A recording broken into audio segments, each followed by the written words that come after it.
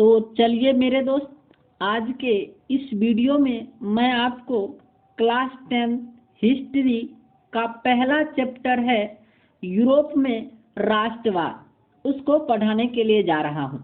इसका जितना सारा ऑब्जेक्टिव बनने का हो सकता है वो सारा ऑब्जेक्टिव आज मैं आपके सामने लाऊंगा, और ऐसा नहीं है जितना है सब उठा के जो मेन इम्पोर्टेंट ऑब्जेक्टिव है, जिसके आने की संभावना है वही ऑब्जेक्टिव मैं आपको दूंगा। मात्र 25 से 30 ऑब्जेक्टिव इस चैप्टर से आपको दूंगा और इसी से 100% आने की गारंटी है। ठीक है, चलिए स्टार्ट करता हूं बिना देर किए हुए। तो देखिए, मेरा पहला क्वेश्चन है कि इटली एवं जर्मनी वर्तमान में किस महादेश के अंतर्गत आता है। तो इटली एवं जर्मनी जो है वो मेरे दोस्त वर्तमान में यूरोप महादेश के अंतर्गत आता है। इटली एवं जर्मनी वर्तमान में यूरोप महादेश के अंतर्गत आता है। ठीक है, उसके बाद है फ्रांस में किस शासक वंश की पुनर्स्थापना वियना कांग्रेस द्वारा की गई थी। तो वो थी बुर्बो वंश की स्थापना। बुर्बो वंश की स्थापना जो है फ्रांस में ये जो है पुनर्स्थापना वियना कांग्रेस द्वारा किया गया था। किसके द्वारा किया गया था? तो वियना कांग्रेस द्वारा किया गया था। चलिए अगला क्वेश्चन देखते हैं। अगला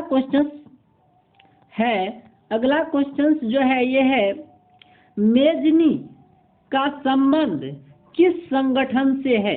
तो मेजनी का संबंध जो था वो कार्बोनरी से था। मेजनी का संबंध किस संगठन से था?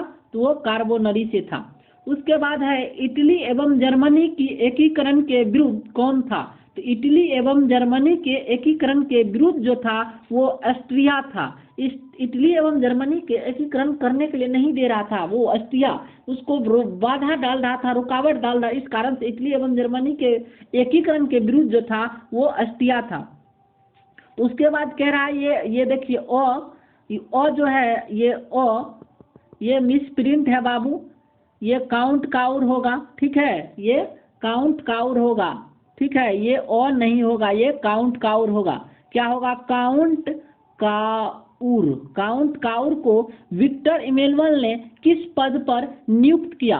तो काउंट काउर को विक्टर इमैनुअल जो है वो सेना प्रधानमंत्री के पद पर नियुक्त किया था। किस पे? प्रधानमंत्री के पद पर नियुक्त किया था। काउंट काउर को विक्टर इमैनुअल जो था वो प्रधानमंत्री के पद पे नियुक्त किया था। गेरिबाल्डी पेशे से क्या थे? गेरिबाल्डी पेशे से नाविक थे। पेशे का अर्थ होता है उसका क्या धंधा था, वो किस धंधा से संबंध रखते थे। तो गेरिबाल्डी जो है पेशे से क्या थे? नाविक थे। गेरिबाल्डी पेशे से क्या थे मेरे दोस्त? तो वो नाविक थे। गेरिबाल्डी पेशे से क्या थे? नाविक थे। चलिए अगला क्वेश्चन है, जर्मन राइन राज्य का निर्माण किसने किया था। तो वो नेपोलियन बोनापार्ट साहब थे जिन्होंने जर्मन राइन राज्य का निर्माण किया। जर्मन राइन राज्य का निर्माण कौन किए? तो वो नेपोलियन बोनापार्ट थे। उसके बाद कह रहा है कि जालबेरिन एक संस्था थी। देखिए मेरे दोस्त, जालबेरिन जो थी ना वो एक व्यापारियों का संस्था था। किसका संस्था था? व्यापारियों का। जालबेरिन जो थी एक व्यापारियों का संस्था था। उसके बाद कहता है रक्त एवं लोह नीति का अवलंबन किसने किया। अरे इससे बड़ी बात कोई होगी क्या? रक्त एवं लोह नीति का अवलंबन जो है वो बिस्मार्क किया था। रक्त एवं लोह नीति का अवलंबन बिस्मार्क किया था। मैं बता दूं मेरे दोस्त, मेरे चैनल पे हिस्ट्री के साथ साथ आर्ट्स का पूरे चैप्टर आपका वो ऑब्जेक्टिव कराया जाएगा। मात्र 200 से 250 ऑब्जेक्टिव आपको दिया जाएगा। उस 250 ऑब्जेक्टिव में से जैसे आपके बोर्ड में 80 मार्क का ऑब्जेक्टिव पूछता है लेकिन 40 का बनाना है, 80 में से 80 में से 78 मेरे नोट से आने की पूरी यानी कि 100% गारंटी है। 80 में से 78 मेरे नोट से आने की मेरे दोस्त 100% गारंटी है। ऐसा ही होगा।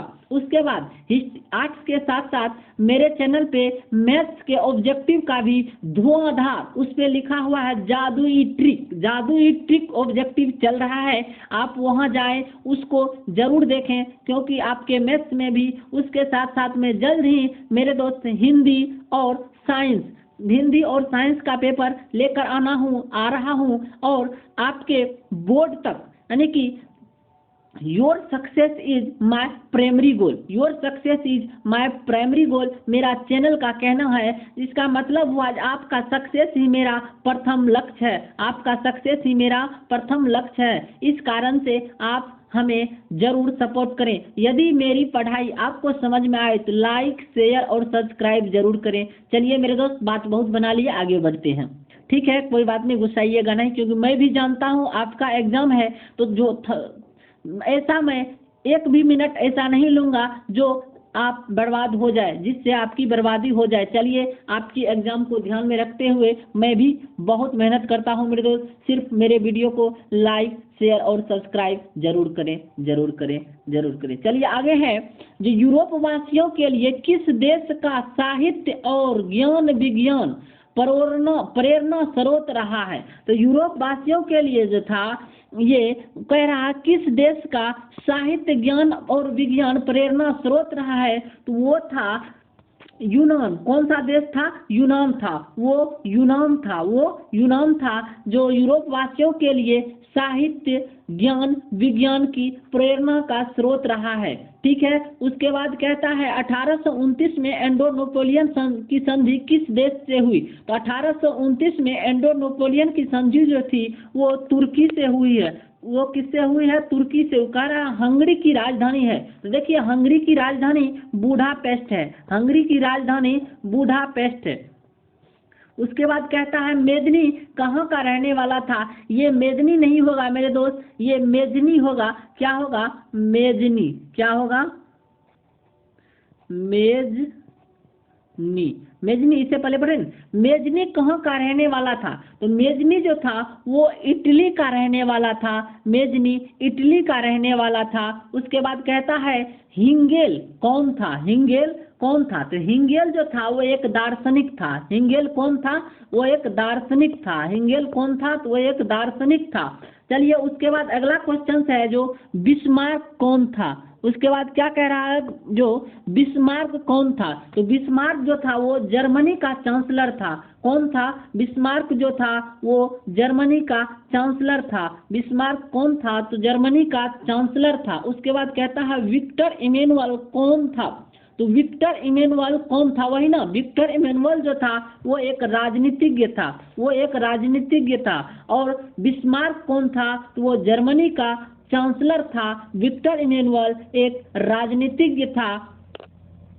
उसके बाद कहता है वियना सम्मेलन कब हुआ। देखिए मेरे दोस्त, ये क्वेश्चन भी आया है, कई बार पूछा गया है वियना सम्मेलन कब हुआ। तो ये वियना सम्मेलन 1815 ईस्वी में हुआ था। ये वियना सम्मेलन 1815 ईस्वी में हुआ था। उसके बाद कहता है मेटरनिक का पतन कब हुआ। इसका मतलब ये हुआ आज मेटरनिक का कब जो है अपने सत्ता से विमुख होने लगा, उसका पतन होने लगा, उसका सत्ता गिरने लगा। तो 1848 ईस्वी में उसका सत्ता समाप्त होने लगी। उसके बाद कहता है इटली की एकीकरण कब हुई। इटली का एकीकरण जो है वो 1871 ईस्वी में हुआ था। 1871 में इटली का एकीकरण हुआ था। देखिए, उसके बाद कहता है सोडोन का युद्ध हुआ था। तो सोडोन का युद्ध जो था, सोडोन का युद्ध 1870 ईस्वी में हुआ था। एक सेडोवा का युद्ध है, वो अलग है, सेडोन अलग है। सेडोन का युद्ध हुआ था 1870 ईस्वी में। 1870 ईस्वी में सेडोन का युद्ध हुआ था। ठीक है, उसके बाद कहता है 1870 में जो है सेडोन का युद्ध हुआ था। उसके बाद कहता है कॉनसूत कौन था। देखिए, कॉनसूत जो था, कॉनसूत वो हंगरियन राष्ट्रवादी नेता था। कौन था? हंगरियन राष्ट्रवादी नेता। देखिए, इस नोट्स को बनाने में, भले ही पढ़ाने में 8 से 10 मिनट ही, 7 मिनट ही लगे, लेकिन मेरे दोस्त इसमें मेरी पूरी 4 से 5 घंटा की मेहनत झोंकी हुई है। 4 से 5 घंटा मेहनत करने के बाद ही ये नोट्स आपके लिए तैयार हो पाया है। इस कारण से यदि आपको वीडियो थोड़ा सा भी पसंद आ रहे हो तो वीडियो को लाइक, सब्सक्राइब और शेयर करना ना भूलें, क्योंकि आप जानते हैं कि लास्ट में कर दे लेकिन आप भूल जाते हो मेरे दोस्त। सबसे पहले आप लाइक कर दो, उसके बाद एक एक ठो कम से कम 5-5 शेयर जरूर करो, ताकि आपके साथ साथ मेरा भी भला हो जाए। चलिए मेरे दोस्त चलते हैं आगे। तो कौन सूत्र जो था, लेकिन एक बात गारंटी दी है ना मेरे दोस्त, 78 क्वेश्चंस नहीं आया तो मैं अपना चैनल इसी साल बंद कर दूंगा। मैं अपना चैनल इसी साल बंद कर दूंगा। इस कारण से आप मुझे ये नंबर ले लो, आपको विश्वास नहीं, यदि ऐसा नहीं हुआ ना तो आप मुझे गाली से भरपार दे सकते हो। 62 014 39 028 ये मेरा व्हाट्सएप नंबर है, इस पे आप मैसेज कर सकते हो। इससे मेरा गारंटी है 78 क्वेश्चन लड़ने का। ठीक है, चलिए। कह रहा है यूनान कब स्वतंत्र हुआ, तो यूनान जो था वो 1832 ईस्वी में स्वतंत्र हुआ। और यूनान जो है वो 1832 ईस्वी में स्वतंत्र हुआ। पोलैंड में आंदोलन हुआ, तो पोलैंड में जो आंदोलन हुआ था वो 1883 ईस्वी में हुआ था। कब हुआ था? 1883 ईस्वी में यूनान स्वतंत्र हो गया था 1832 में। और पोलैंड का जो आंदोलन था वो था 1883। कह रहा है यूनान को एक स्वतंत्र राष्ट्र घोषित करने के बाद वहां का राजा कौन बना। देखिए मेरे दोस्त, जब यूनान को एक स्वतंत्र राष्ट्र घोषित कर दिया गया सबके द्वारा, तो वहां का राजा जो था ओटो को बना दिया गया था। किसको? ओटो को। तो यूनान को स्वतंत्र राष्ट्र घोषित करने के बाद ओटो वहां का राजा बना। क्या बना? राजा बना, यानी कि शासक बना। उसके बाद कहता है सेडोवा का युद्ध किसके किसके बीच हुआ था। तो देखिए सेडोवा का युद्ध जो है ना वो अस्टिया और पर्सा के बीच हुआ था। सेडोवा का युद्ध अस्टिया और पर्सा के बीच हुआ था। देख लीजिए यहाँ आंसर में लिखा होगा, सेडोवा का युद्ध जो है वो अस्टिया और पर्सा के बीच हुआ था। ठीक है, सेडोवा का युद्ध किसके किसके बीच हुआ था? अस्टिया और पर्सा के बीच हुआ था। सेडोवा का युद्ध किसके किसके बीच हुआ था? अस्टिया और, हाँ आ जाइए, सेडोवा का युद्ध जो है अस्टिया और पर्सा के बीच हुआ था। सेडोवा का युद्ध किसके किसके बीच हुआ था? अस्टिया और पर्सा के बीच। कह रहा है यंग इटली एवं यंग यूरोप, यंग इटली एवं यंग यूरोप का स्थापना किसने किया। तो यंग इटली एवं यंग यूरोप का स्थापना मेजनी साहब थे, उन्होंने ही किया है। यंग इटली एवं यंग यूरोप की स्थापना देख लीजिए यहाँ पे मेजनी साहब थे, उन्होंने ही किया है। कह रहा है यूनान के स्वतंत्रता संग्राम में किसकी पराजय हुई। तो देखिए यूनान की स्वतंत्रता संग्राम जो हुआ था उसमें तुर्की की पराजय हो गई। यूनान के स्वतंत्रता संग्राम में तुर्की की पराजय हो गई, तुर्की की पराजय हो गई।